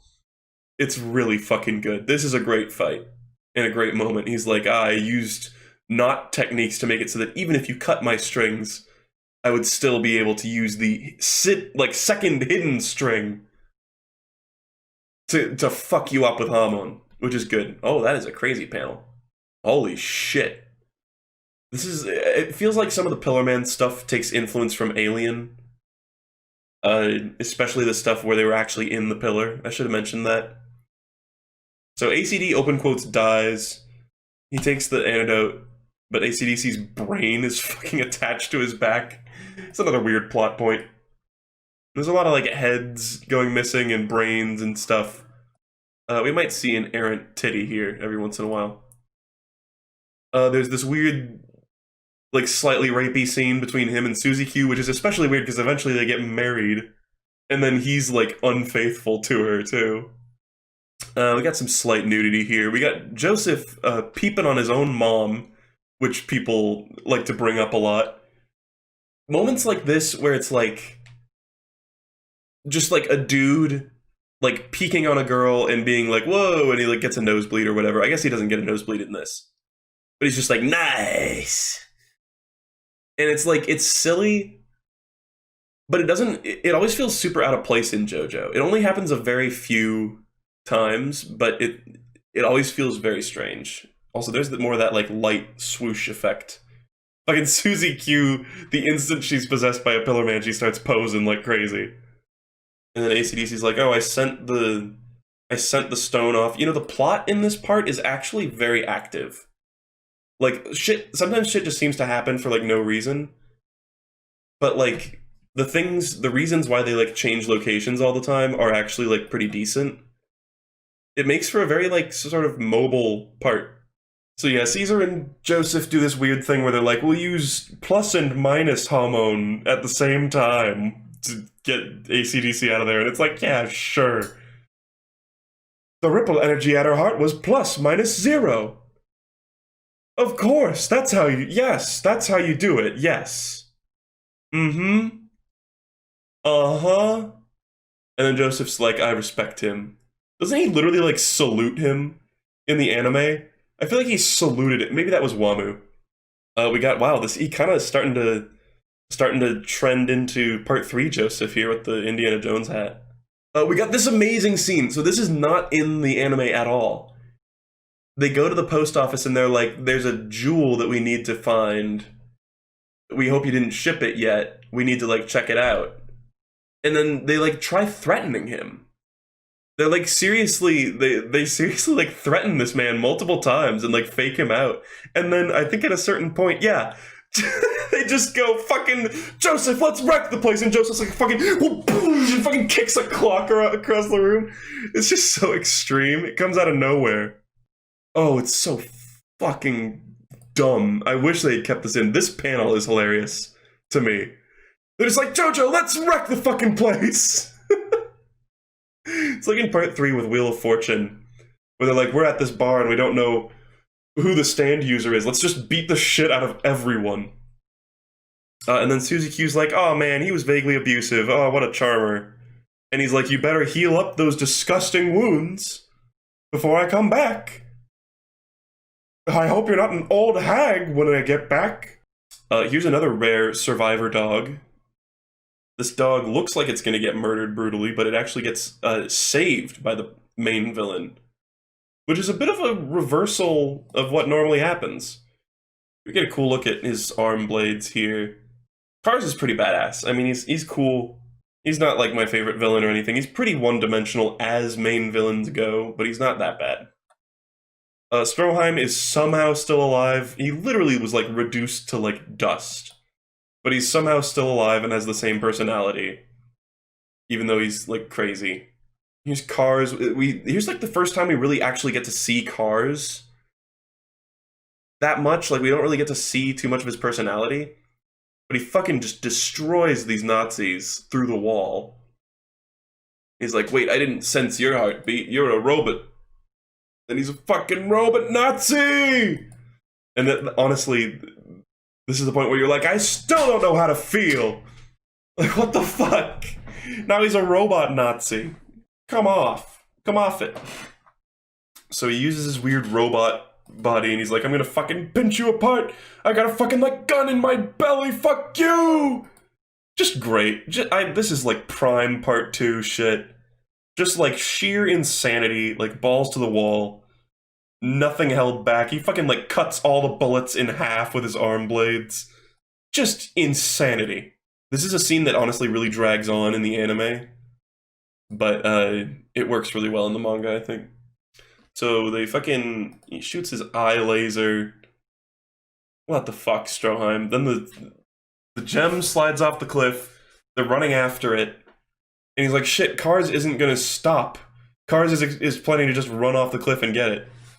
But then Joseph kind of tricks him and gets the gem anyway, but then Cars pulls him down. It's a roller coaster. This part is a fucking wild roller coaster ride at this point. We're actually blazing through the part now. We're on volume 5 out of 7. Then after this, we got part 3, which I'm definitely going to do in multiple streams. I'm not going to be able to just plow through all of part 3, you know, in a single stream. A bloody stream. This is an awesome cover panel. Just great shit. Then they have this awesome fight while they're, like, falling down a cliff, and he, like, uses the icicles and chains them together. It doesn't make sense with how much they talk, but talking is supposed to be free in manga.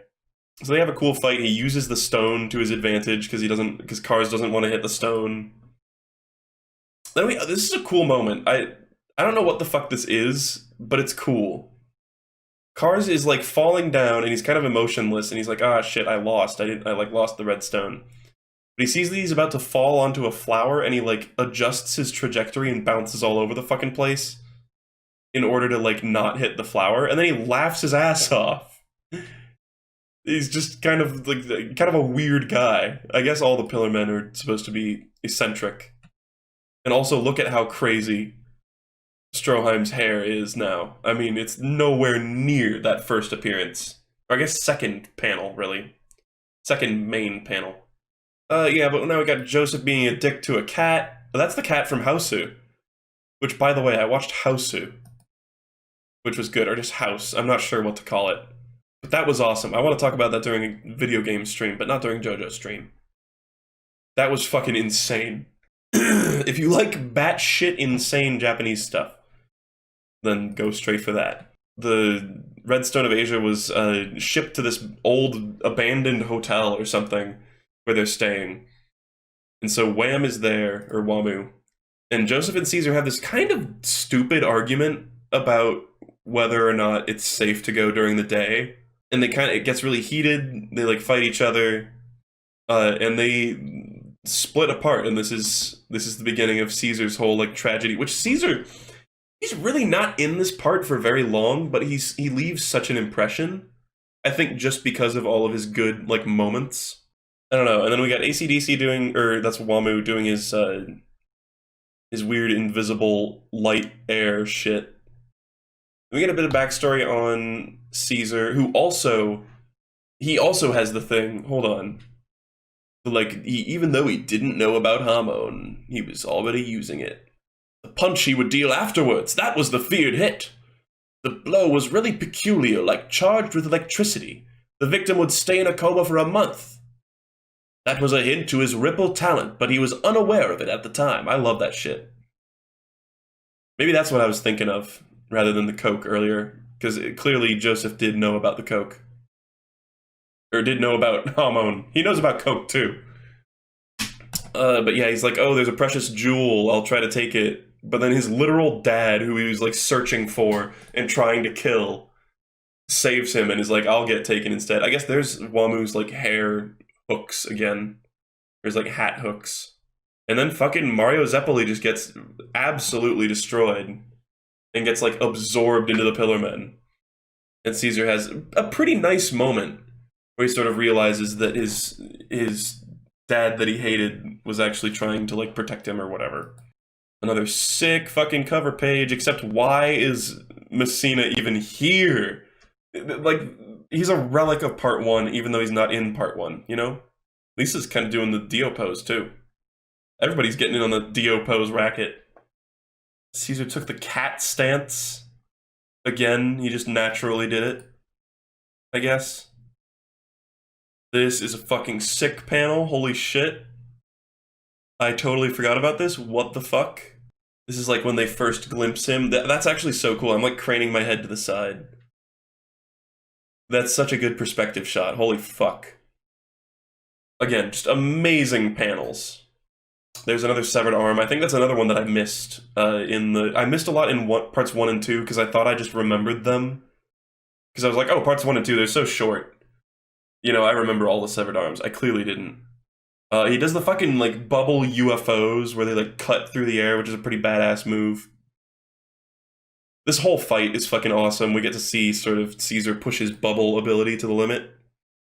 Although, again, he just keeps pulling out new abilities just out of nowhere. Where he's like, I've been developing this, and you're like, sure, Caesar.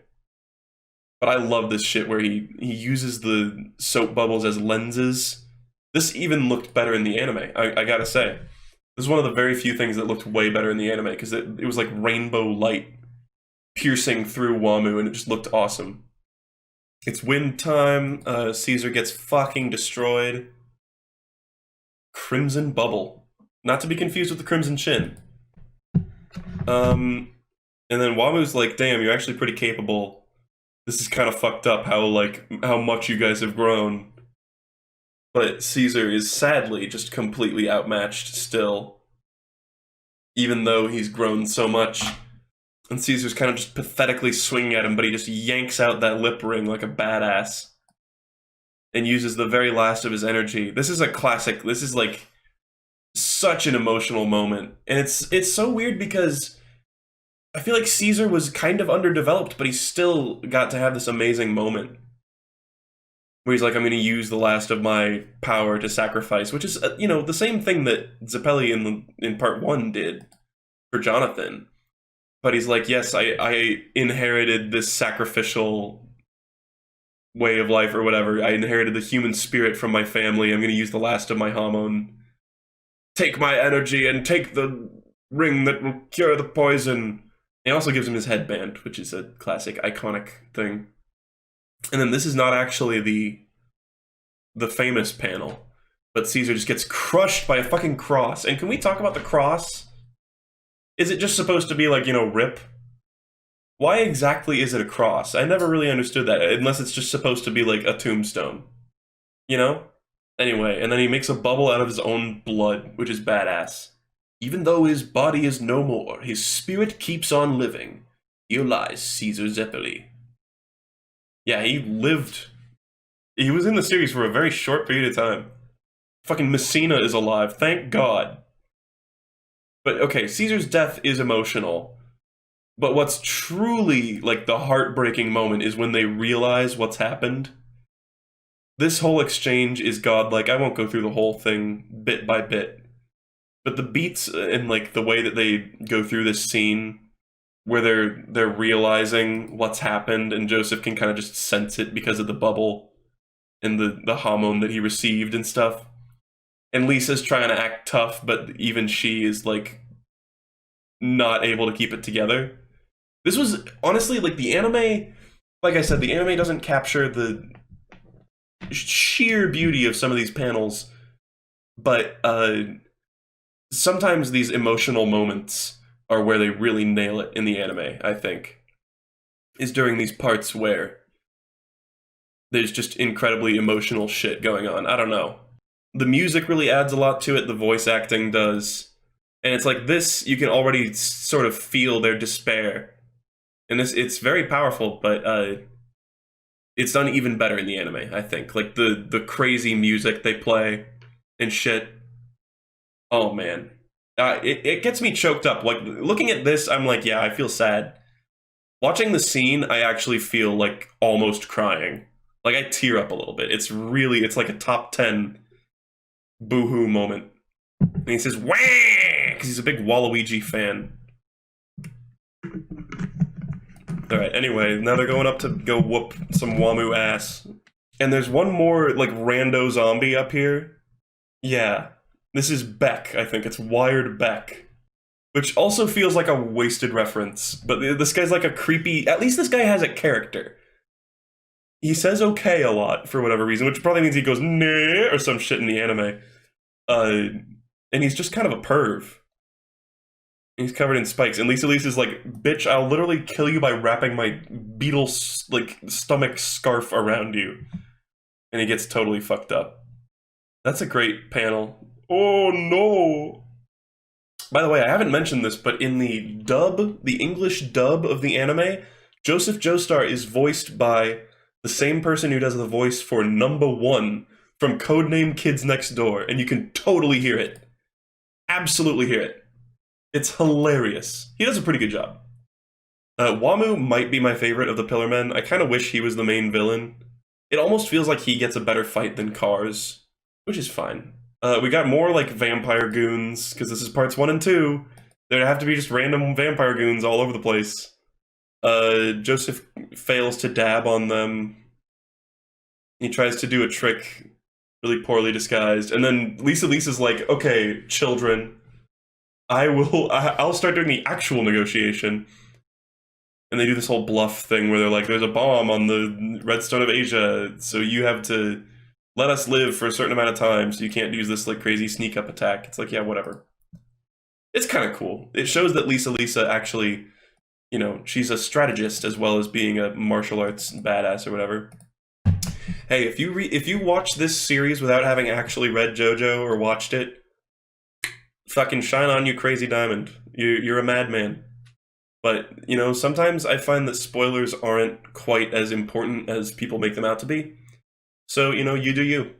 This is a classic. This is one that's used in, I think, Stand Proud or whatever, the Part 3 opening. This is like one of Joseph's most famous poses. This is an awesome cover. Holy shit. I love the, like, surreal shit. It's like, this isn't actually happening in the part. It just looks fucking awesome. And it sort of ties into the whole, like, scarves theme in this part, weirdly enough. There actually is kind of a theme. Like, Lisa has her, like, beetle skin thing. Strayso had one. Joseph has his iconic one. And then also there's Caesar's bandana. Or whatever. I don't really know what to call that thing. And then they're like, oh, we're gonna have a fucking chariot race.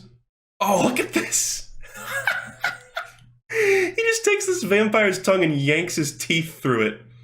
That is hilarious. I totally forgot about that. Anyway, yeah, Messina is also in there, in the mix, somehow. And this is Joseph starting to realize, or starting to uncover that Lisa is actually his mother. And this is, so I mentioned this was something that's aroused some confusion in the past. Irina saved a baby in part 1. She, like, saved that little baby from the like, shipwreck. But she was also pregnant at the time. And so, I think... Actually, who the fuck even was the baby? Irina's baby? That was George Joestar? I don't fucking even remember. And then, but the baby that she saved from the ship is Lisa, I think. I don't even remember. I think it is, though. Because why else would Lisa have this picture? Yeah, I think that's how it happened. But yeah, now we're gonna have, like, basically this is the start of the final fight, even though it's a couple of fights sort of strung together. They agree that they're gonna fight one-on-one for whatever reason. Ah, look at this. Yeah, I'm the baby in that picture. Cool. And instead of asking more questions that are more pertinent, Joseph's like, you're 50 years old? What the fuck? Oh, this is an awesome cover, too. What the fuck is with that, like, turtleneck, though? Holy shit. What do we got here? Distinguishing marks. She looks like she's 20. Marital status unknown, doesn't want to talk about it. Alright, Lisa's like, yeah, whatever, I'm 50. Fucking get over it, bitch. A bunch of dudes get trampled by the zombie horses. I bet you forgot about the zombie horses, which are a thing in part 2. So they're gonna ride these chariots. That's a badass pose. Look at that shit. Awesome. Awesome, awesome, awesome. He's like, I have the antidote, so I could get rid of the ring around my trachea or whatever, but I swear to you, Caesar, that I won't drink it until I've killed Wamu, which is awesome. It almost kind of devalues Caesar's, like, sacrifice, but whatever. Little Caesar, hold on. We can put up Caesar memes now. It's fine. I have one, I don't have it in my folder, sadly, but there's one that just says Little Caesars, and it's like the Little Caesars logo edited to look like Caesar, and it has like a stone cross falling on him. Actually, that's the only Caesar meme that actually, no. There we go. That's it. Get those feels out of here. So yeah, they go around here. There's more pillars. Yeah, we get it. They're pillar men, so there's pillars. Actually, Wamu literally uses a pillar as a weapon. What if you, like, showed this to someone and you're like, oh yeah, there's these cool guys, the pillar men, and then you just show him, like, waving a pillar around. So yeah, Joseph cheats a little bit. He, like, pulls a trick on Wamu. Wamu literally grabs an entire pillar, as is his namesake. And there's, like, the little zombies are still attached to it. This is, like, the last of the, like, zombie horde being relevant at all. They kind of take on a Speedwagon-esque role here. This badass move where he, like, jumps, he's like, will he dodge to the left or to the right? And then he's like, no, he charges straight towards him! Because he's a badass! There's all this shit. This was kind of what Jack the Ripper did with horses in part 1. Joseph gets blasted. Cars is like, here, Lisa, take this suicide capsule and just kill yourself. Because you're clearly fucked. But then she's like, hey, look at that. He got fucked. So Joseph screwed him over with his, like, hormone wires or whatever. Yeah, Wamu looks so different now. It's kind of weird. He uses the weapon pillar as a pillar weapon. Yes. True. Technically true. So we got some more severed arms coming up. Oh, Wamu, this is equal parts, like, stupid as hell, but also really badass. As, like, punishment for himself, like, fucking up, he blinds himself, and then he sticks out his little unicorn horn and uses it to, like, see with the wind. And he's like, I can't trust my eyes, apparently, because I was fooled. And so he's like, no, I'm just gonna use the sensing of the wind or whatever. Kinda badass. He just sticks his fucking thumbs in his eyes. Listening wind. But anyway, they got these like, ball firer cannon things, and they, like, they use the curvature of the arena, which I guess is kind of like, using, also, don't make an arena joke. Shut up, chat. I can already hear you typing arena, like Granny Arena. Fuck you. I'm just kidding. But, they use the curvature of the arena to shoot the ball at each other, which is kind of big-brained. This is a cool fight, but I don't really have much to say about it. It's just awesome. JoJo's, like, doing disrespectful things, and he's like, don't bring shame to our battle. Even though Joseph predicted that he would say that. Classic. And then he hits him with the, like, surprise bullet that's been, like, traveling this entire conversation, which is kind of goofy. More severed hands. Wamu literally shoots his arms out of his chest, I think.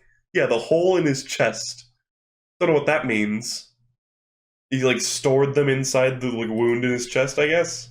And then he uses his, like, final blast attack that, like, tears apart his body, but also wrecks shit. Oh, I forgot about this. Joseph he's got a, like, firebomb type thing.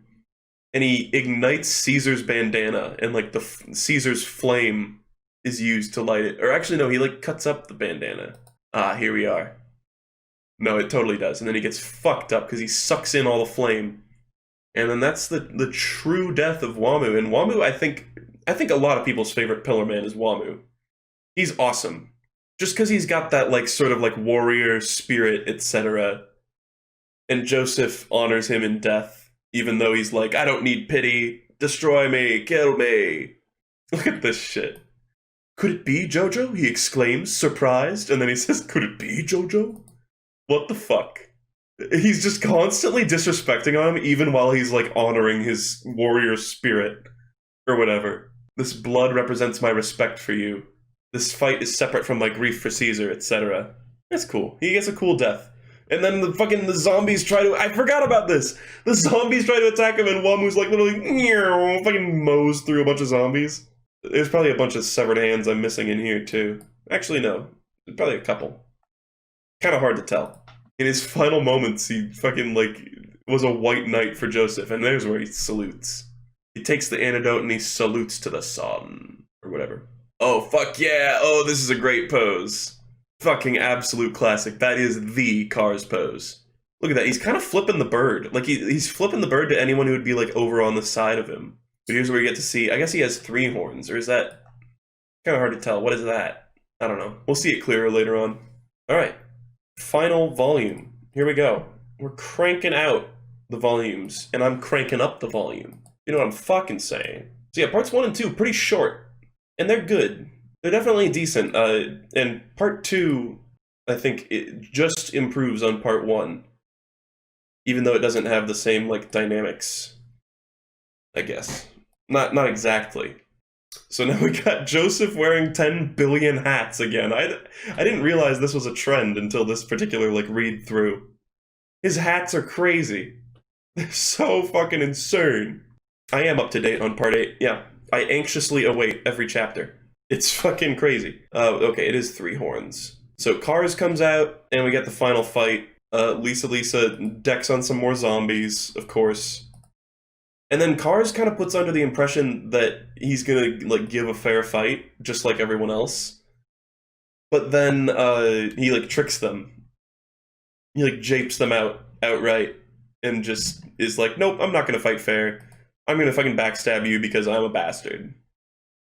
The only point is winning, he basically says. Look at that face. I think this face was great in the anime too. Sometimes their lips look really goofy in JoJo, and it's equal parts funny and kind of humanizing. Because they make goofy faces when they're showing extreme emotions. More zombie fighting. Fucking Stroheim shows up. Play the fucking like Nazi music. And they blow him up with sunlight. And also fucking Smokey is here. Remember him? He's also here. Why is he here? I don't know why he's here. I literally don't know why he has been brought here, but sure. Like, Speedwagon, that's fine. It's like the Speedwagon and the Nazis collaborated to, like, make ultraviolet light technology to, like, kill all the zombies. They have a little bit of a fight. He plays Lisa's legs like a guitar, which I don't... It seemed like in the anime they were, like, interpreting it as that, whereas here it just looks like he's rubbing them. I don't know. I don't know what these, like, Japanese characters are saying. So maybe it's, like, little wee-doo-doo-wee or whatever sounds. But in the anime, they made it look like he was playing her legs like a guitar. He has this sort of catch-22 situation where he's hanging up Lisa by a rope. Smokey is just sort of commentating. That's pretty fucked up. Didn't think you'd be getting some feet gore today, did you? Cars is just sort of being a smug dick and, like, taunting him. Not a whole lot to say about this fight. It's, like, fine.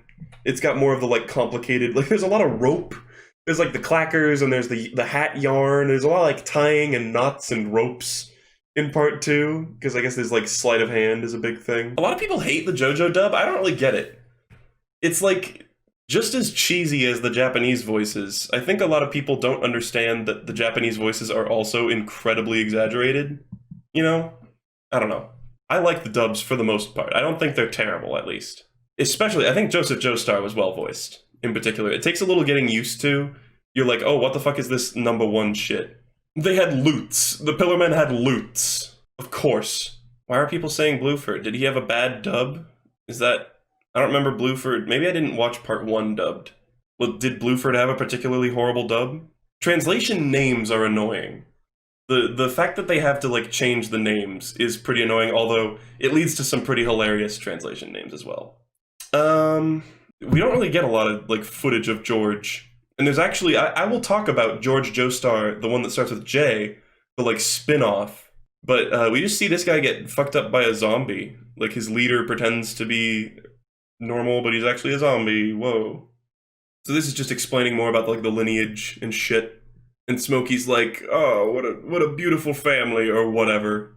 And then Cars is like, oh, right as you're about to deliver the finishing blow with the UV lights, I put the red stone in, and now I'm gonna get ultimate transformed, whoa! That's another pretty awesome panel. I mean, look at that shit. Just cool. I love the way Araki draws these strange concepts, and this was something that was made into a whole screen in the anime as well. He just sort of becomes one with the universe. He, like, kind of achieves Nirvana, almost. He just achieves, like, perfect understanding of, like, everything, which I know is not exactly what Nirvana is at all. But he sort of, like, he becomes, like, a being of, like, pure, like, earth energy. It's fucking crazy. I don't know. So now he's been, like, ultimate transformed. He fucking turns his hand into a squirrel, which is weird. And then the squirrel, like, gores people. Yeah, it's like a horrible vampire squirrel.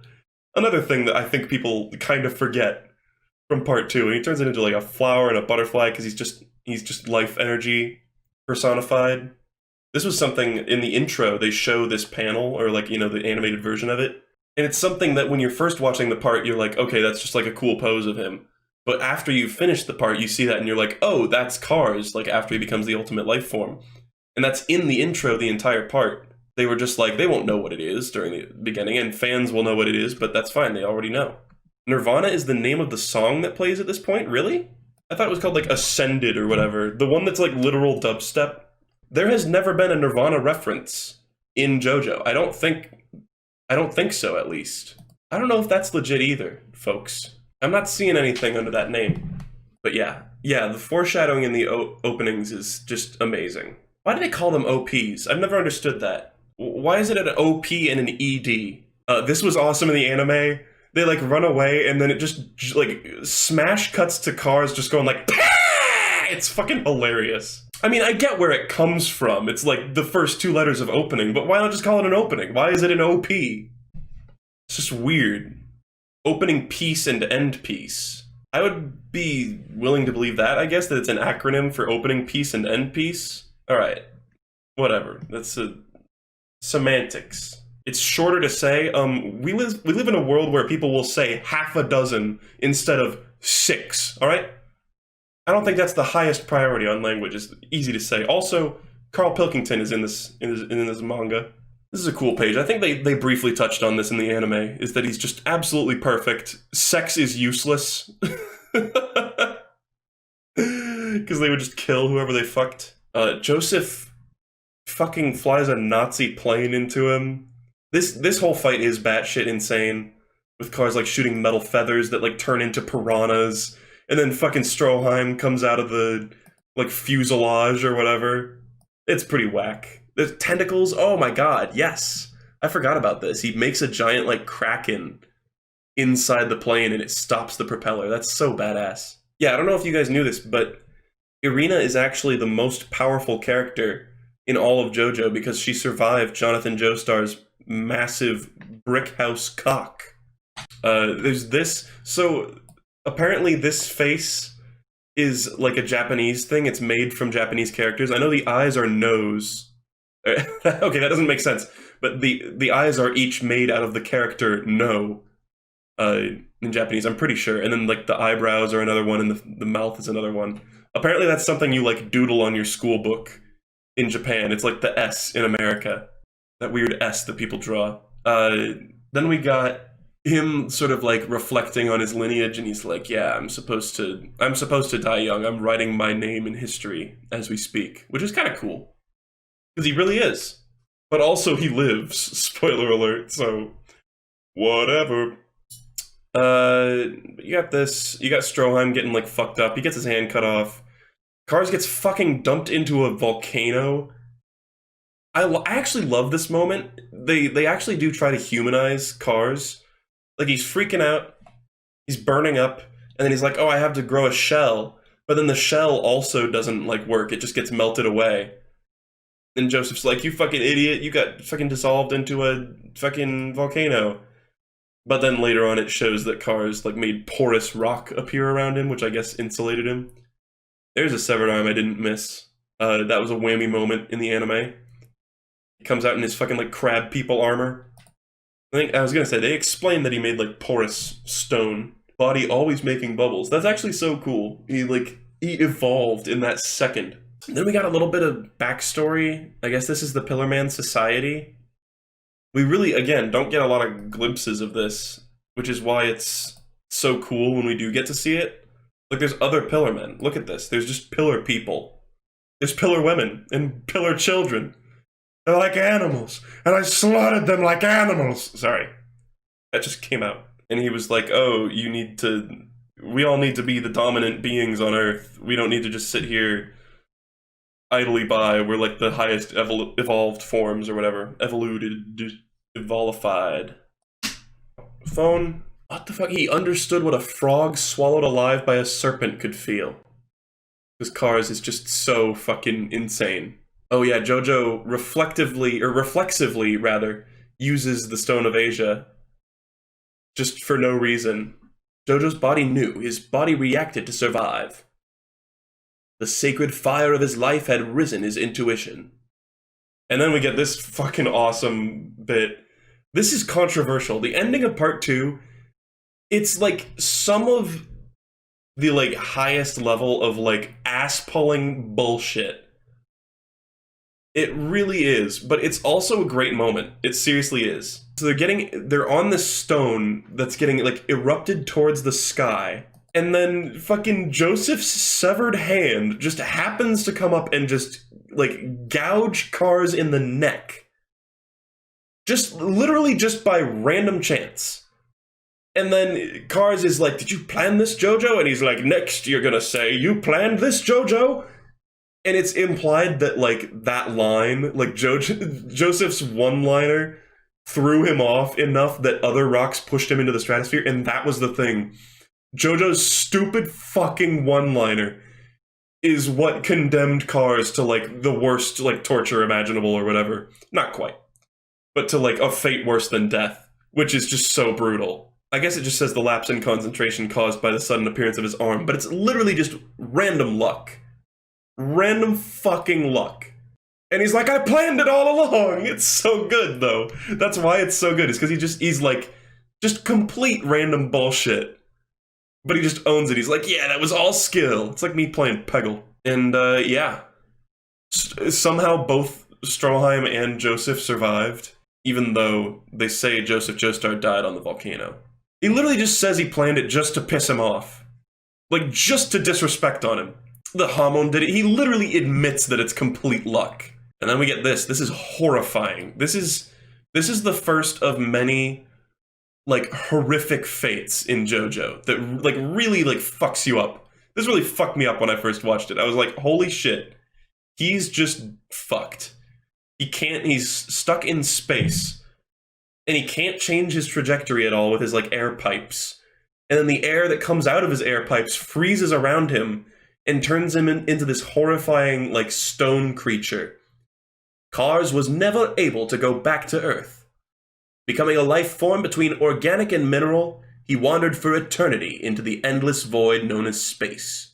Being unable to die, even though he wished for it, Cars eventually stopped thinking. That's fucked. That's fucked. It's so... This is the first of, like, many of these, too. Like, there are quite a few that I can list off. Guys, okay, we don't need to post later part spoilers in the chat. We get it. You can just type, "I read the other parts." So now it's Joseph's fucking funeral. Cars, we just forget about him. Ostensibly, I like to think during other parts, like part 4 onward, or like parts 4 through 6, or 3 through 6, I guess, that Cars is just, like, in space, just being like, "Wonder what the Joestar lineage is up to." You know? But now they're all like, "Oh, boo-hoo, Joseph's dead, I can't believe it." And Joseph literally doesn't even know that this is his own funeral, which is kind of stupid, but hilarious. And he, like, causes a big scene at his own funeral. This is so cheesy. What a great panel. Look at this. He's still got the same spunk as ever. Does it say Joseph? Like, Josef? Why does it say it like that, I wonder? Huh. Born in 1920. And so he, like, realizes it, and then apparently it's, like, Susie Q and him got married, and also Susie Q was supposed to, like, send a message to them to, like, tell them that he's still alive and that they got married, and she's like, "Oh, I forgot to do it. I'm so ditzy. Lol." It's... And then there's a fucking, like, basically a domestic abuse reference here. Where his mechanical hand starts twitching, and she's like, "Oh, don't get all twitchy on me." It's like, is it implying that he was gonna, like, hit her? Okay, and then... So this was slightly expanded upon in the anime, but the ending is a little underwhelming. The actual, like, okay, the final fight is good, and I think people place a little too much importance on some endings, you know? But this feels a little slapdash. It's just kind of like a "where are they now" segment. So she got married with a Hollywood screenwriter. So she's not... I mean, it doesn't say what gender, but they show Irina dying, surrounded by her loved ones in the anime. Then we got the saddest fate ever. Speedwagon. He died of a heart attack and he was still single. Sad. Although, whatever. You don't need a fucking relationship. Who cares? He was an oil baron and he died alone. Just sounds kind of sad.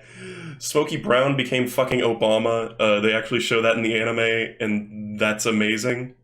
And Stroheim died in Stalingrad, which makes you wonder the fuck kind of technology do the Russians have? Because he survived a fucking Pillar Man. Like, for real. And then, wow, so I guess that's the last, like, young Joseph shot we ever get. Is him yelling at his wife. And we get these for these other characters. It's a fine enough ending. It wraps up shit, I guess. And then, this is awesome. This is something I wish happened in all the other parts, too.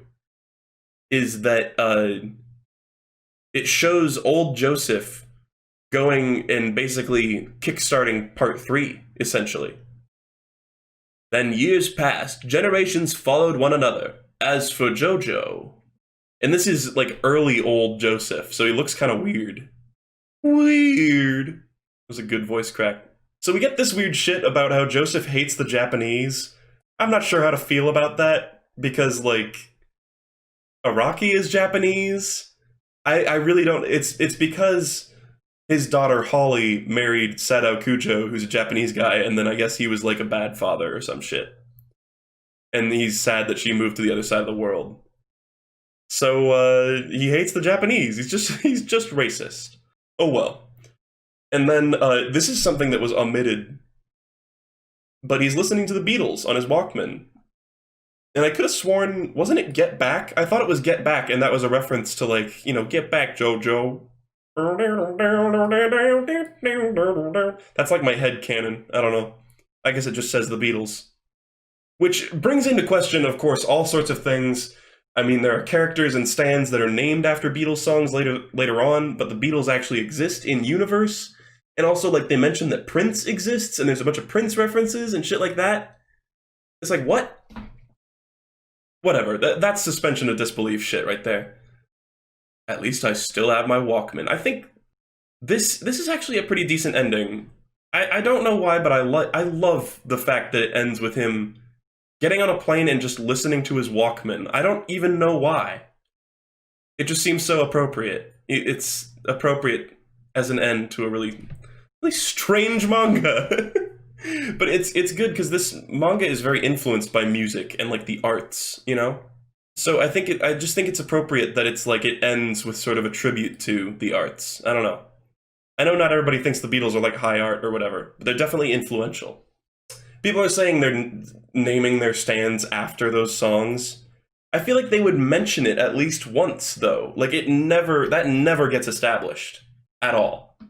And in fact, it's shown that abilities will kind of name themselves, like Spice Girl named itself. I guess it's not really that much of a spoiler. I won't say anything else about it, but that's an example of a stand that, like, we see it awakening, and it gives itself a name, you know?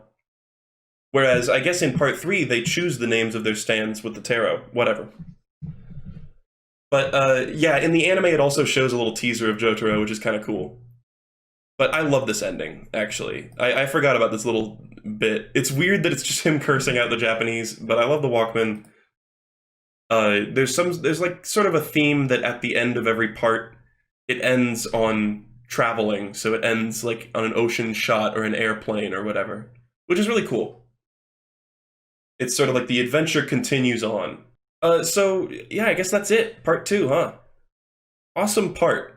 Let's see if there's anything extra. No, it shows us cars again for some reason. That's kind of weird. Somebody was saying, what if during the anime of all the subsequent parts, they just showed like 5 seconds of cars just in space? Well, that's just about it. I don't really have much else to say about this part.